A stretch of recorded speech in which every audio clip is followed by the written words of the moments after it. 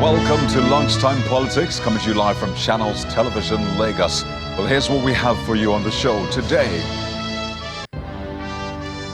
Another day, another political twist in Rivers State as Governor Siminalayi Fubara puts finality to the tenure of local government chairmen, directing heads of administration in 23 local government areas to take over from the council chairmen. And following that announcement, youths occupy Port Harcourt Local Government Council office in solidarity with the governor's pronouncement, while some of the affected council bosses say the case is before the courts. There's palpable tension as police is vowing a crackdown. The question is, what's next? While Nigerians look to the president, the National Assembly for a new minimum wage figure, Governor of Nasarawa State, Abdullahi Sule, says he is ready to pay whatever is agreed upon.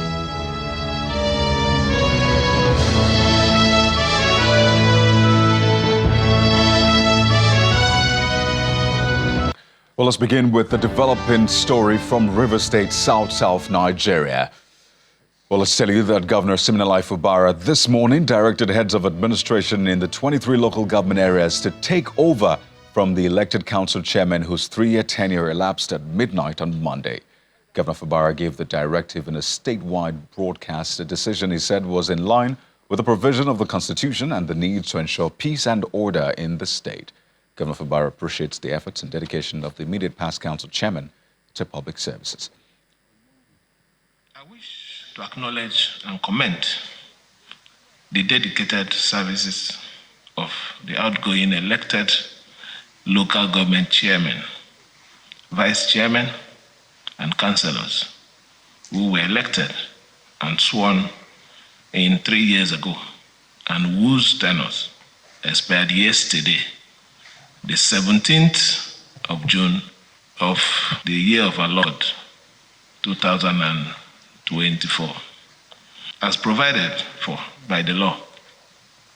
On behalf of the government and the people of Rivers State, I thank you all for your sacrifice and commend your commitment to public service and our dear Rivers State.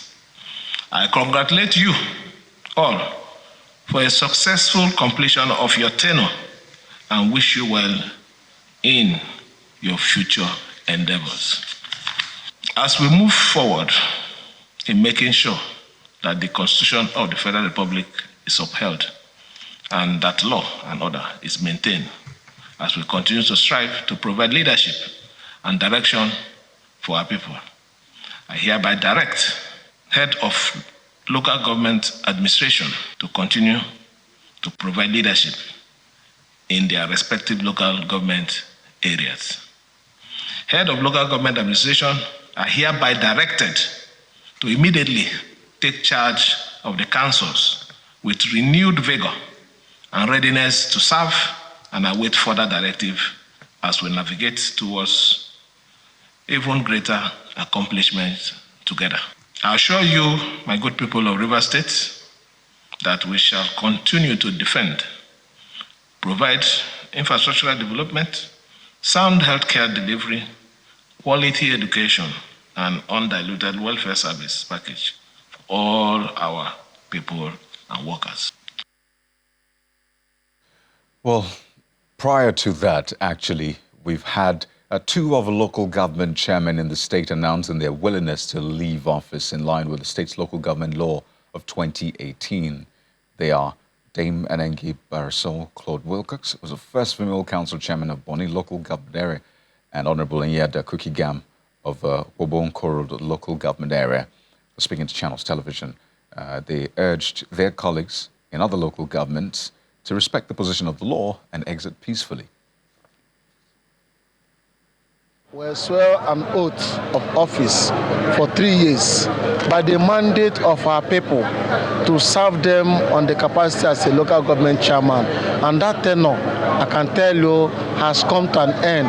The law is sacrosanct that the 3 years tenure of a local government chairman is stipulated in Rivers State. I won't support illegality. But I believe in fairness and justice. We took an oath to serve our people for 3 years, and today the 3 years elapsed. So it is proper and right for us to vacate office and even obey the law. You cannot change the goalpost in the middle of a match. So what we swore into office is what we're adhering to. That's my stand. I've already vacated office, preparation for today. All I'm waiting is for His Excellency to give directive, and we do the needful. In those local governments that were having issues, they should just embrace peace, and I will advise my colleagues, if I may say former colleagues, to obey the law. Nobody is above the law. They should obey the law, and if need be, and they have interest, prepare themselves for an election and come back as council chairman. That's if their people want them. But it's a different strokes for different folks situation, because for the chairman of Asari-Toru and Akuku-Toru local government councils, they say the matter is currently before the court, and it is not their fault that the Amewule group extended their tenure by amending the Local Government Act. Addressing journalists jointly at Buguma, the headquarters of Asari-Toru Council, before the governor's broadcast, they expressed their commitment to maintaining peace amidst disagreement over the tenure. Nobody has stopped the governor from conducting local government election. Our chairman, as you see us, nobody wants to stay beyond his tenure.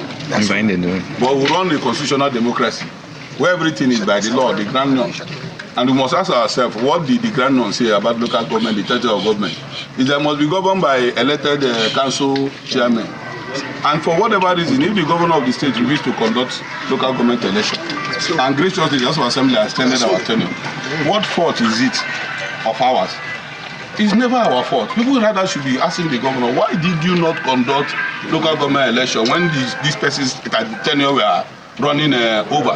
Okay. We were in River State, I challenge everybody. There was no time the state said they want to conduct election and somebody took them to court to conduct election. There was no time, I challenge. Yes. That they want to conduct election and the people say don't conduct election. He deliberately refused to conduct election. So that as brothers we will kill ourselves. We are Calabari people, I want us to be wise. Okay. Everybody, there is no one life that is not important than the council chairman of this local government or any of our local governments. So we must be wise. River State Commissioner of Police, Olatunji Disu, is assuring the people of a state that he and his men will not allow the crisis enveloping the local government councils to lead to breakdown of law and order. CP Disu, who was speaking to pressmen at the police headquarters in Port Harcourt, admitted to being aware of the situation at the different local government areas, but says he expects different political players to respect the rule of law. Fine. Yes, very fine. We are aware of the crisis that has to do with the tenure of the local government chairman. We have gotten one court order or the other about it. The Court of Appeal has given an order and for everybody to exercise restraint till 20th of this month, just 3 days. So we expect everybody to respect it, not to take laws into their hands and allow peace to continue as it is. We are not taking it lightly. We are ready to go. Our officers have been on show of force. We have had additional men given to us from the headquarters. Equipment have been serviced. We are ready to go. This is just to assure members of the public that so far as we are concerned, we are ready to do our jobs of protecting lives and properties. And we have tried our best. We have warned anybody who will want to take laws into their hands. I want to use this opportunity to talk to parents, to call their children and talk to them, so that their children will not be used as cannon fodder in this crisis.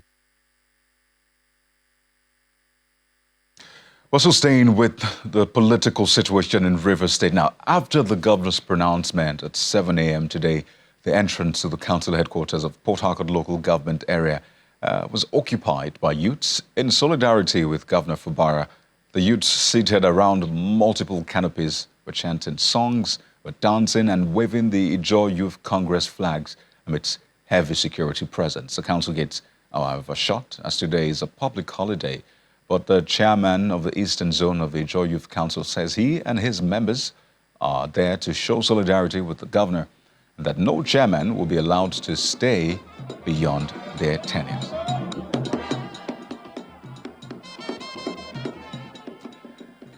Let's now join our correspondent, Charles Operum, who is live there for you to bring us the latest happenings in Port Harcourt, the River State capital. Well, Charles, what a day it is turning out to be, but speak to us. What exactly is going on where you are? Hi, Coyote. Yes, indeed. A very, very interesting day. A day that everybody anticipated, but, I feel like maybe it wasn't as, shall I say, effervescent as it would have been because it is a public holiday. But right now I'm standing in front of Port Harcourt local government headquarters along Moscow Road here in Port Harcourt. And if you look behind me, I don't know if it's very visible, you can see canopies, youth waving flags from the Ijaw. All right, our correspondent Charles Operum reporting there live. We'll reconnect with Charles to get the latest happenings there. We understand that youths from the Ijaw extraction have occupied that local council office, the Port Harcourt local council office, and they've been chanting songs, dancing, and waving the Ijaw Youth Congress flags amidst heavy security presence. It's a public holiday, not just in River State, but across the country. And as Charles is reporting, the activities are not as they ought to be. Well, Charles, I understand we have you back. Let's get the most while we can, Charles. Yeah. Okay, so I'm sorry, as I was saying, I'm standing here in front of Port Harcourt local government area. And indeed, young people, youth from across different local government areas are here chanting, singing, drumming, all in solidarity with the governor of the state, Siminalayi Fubara. I did speak to a couple of them just before now, and they said that they are here in exercise of their rights and that they are not in support of having the local government chairman, shall I say the former local government chairman now, of this local government, Orwell Ibunda, return to office. But because today is a public holiday, the gates of the local government are shut. Nobody is going in, nobody's going out. Interestingly, the River State Police Command headquarters is barely maybe 500 meters away from where we are, right? And so there's heavy security presence here. There is no breakdown of law and order because the protest that has been going on here has been very peaceful. I stood here for a while. I've been here for over 2 hours now. I haven't seen anything that has led me to believe that there's a breakdown of law and order at the moment. Right, Charles. The question now is, what is next, particularly as it regards security in the state? I wonder if you get that sense of tension around you. So in terms of security, what do you expect? And tell us basically what the feelers you're getting from the people in the perhaps local government, the state capital. What are the feelers you're getting, particularly with the governor's broadcast at 7 a.m. today? I think maybe I should even allow some of the people to actually talk and express themselves with regards to how they feel following the broadcast of the governor earlier this morning, 7 a.m. precisely. So with me here is Ezebonwo Nchemati. He is a public affairs analyst and one of the leaders of the people protesting here. So he should be in a better position to express himself and with regards to his members who are here protesting alongside him. I appreciate actually we're not contesting. It's not the protest. We decided to come out as law-abiding citizens of River State and the Port Harcourt local government to protect what is left of our council property. So yesterday when the pen of the former chairman lapsed, we had rumors that there are plans. We had rumors that there are plans to loot the council secretariat and vandalize properties. That plan will be perfected today at the public holiday when civil servants of the local government will not be in their offices vice administrative affairs. So as I yesterday, we mobilized ourselves, law-abiding citizens of River State, to now act as civilian police to our council secretariat to protect what is left of it and to ensure that what is left is not looted or vandalized, because if they are vandalized, it will actually ask money that will be wasted. Instead of channeling that money into something else, it now be used replace what ordinarily was there.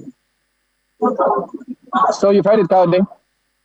Well, Charles, thank you for the updates. We'll definitely be coming back to you during the course of the day for more. Our correspondent, Charles Oporum, who is live at the Port Harcourt Local Government Council office, where you see some of those youths occupying the entrance. It's a public holiday, so the offices are expected to be closed. But you heard a person we spoke to there earlier on saying that they're acting as civilian police, so they're being watchful in case anything happens. But we'll definitely be bringing you more updates from Rivers State, and of course be speaking with one of the men in the eye of a storm.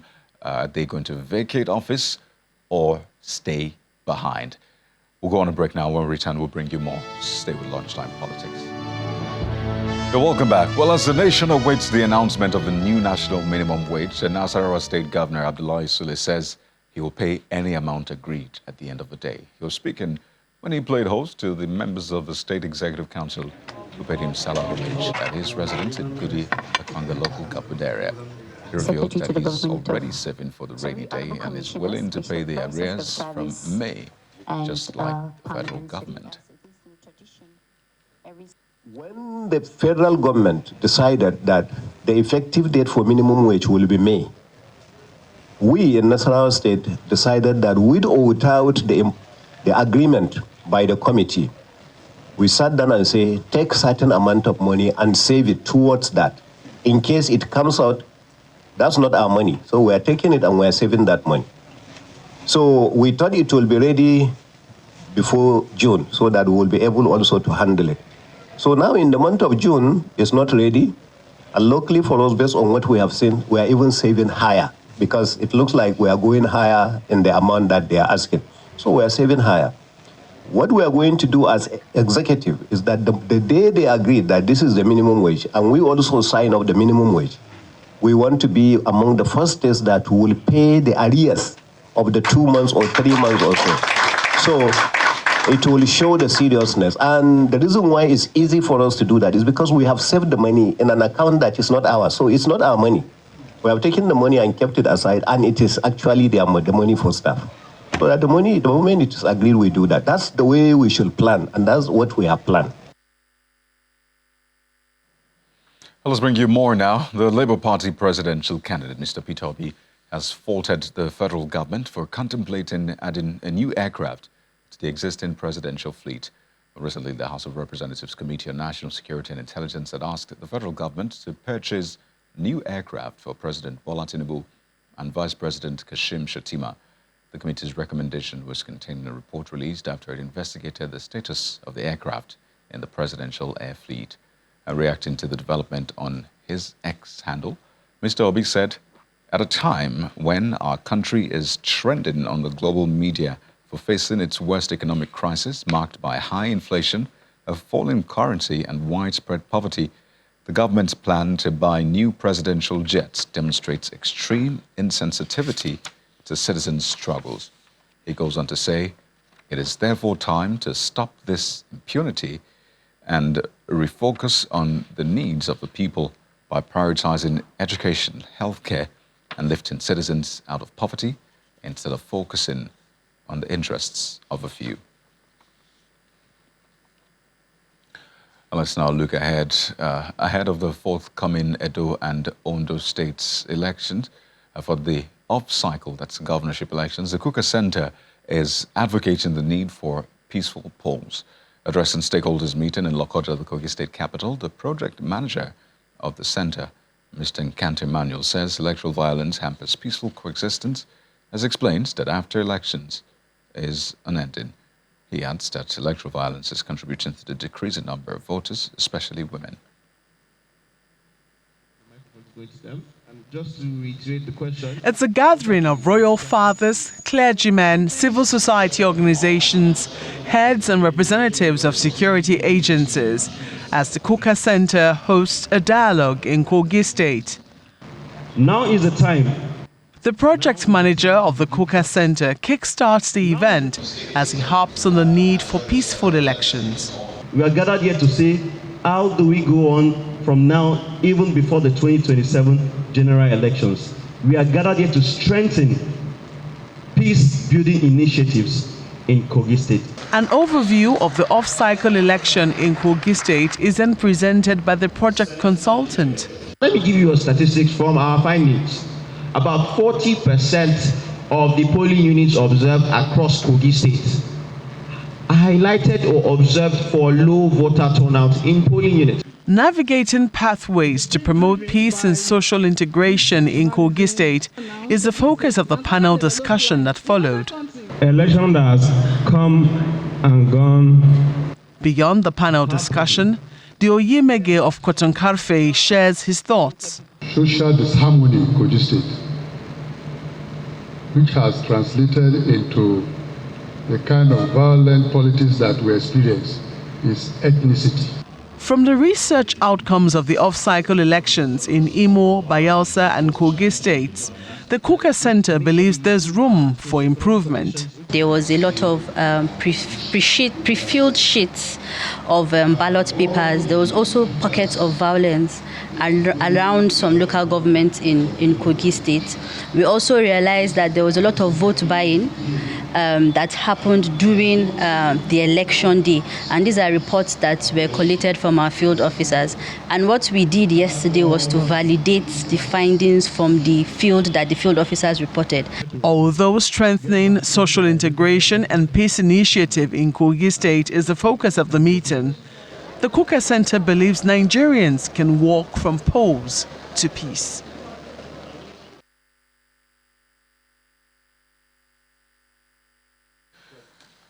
Well, let's now tell you that President Bola Tinubu is expected to head to South Africa today to attend the inauguration of President Cyril Ramaphosa for his second term in office. The inauguration of President Ramaphosa follows his re-election as president for a second term. According to a statement by the Special Advisor to the President on Media and Publicity, Ajuri Ngilale, President Tinubu will return to Nigeria after the ceremony. But prior to that, President Bola Tinubu had received the Senate President and other lawmakers at his residence in Lagos, where he called for reorientation and a change of the value system in the country.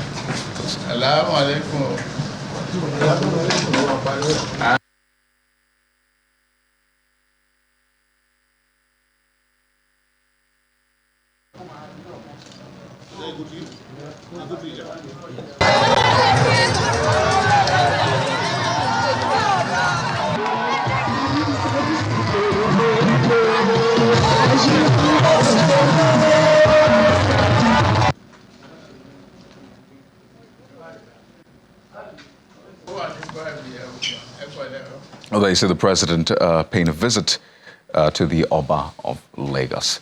And there you have it. Lunchtime politics for this hour. This is by no means an end to the political conversation. So stay with Channels Television as we keep our eyes on what's playing out in Rivers State and give you all of the stories and across the country as well. I'm Kayode Kikilu. Happy holiday, or at least what is left of it. Goodbye.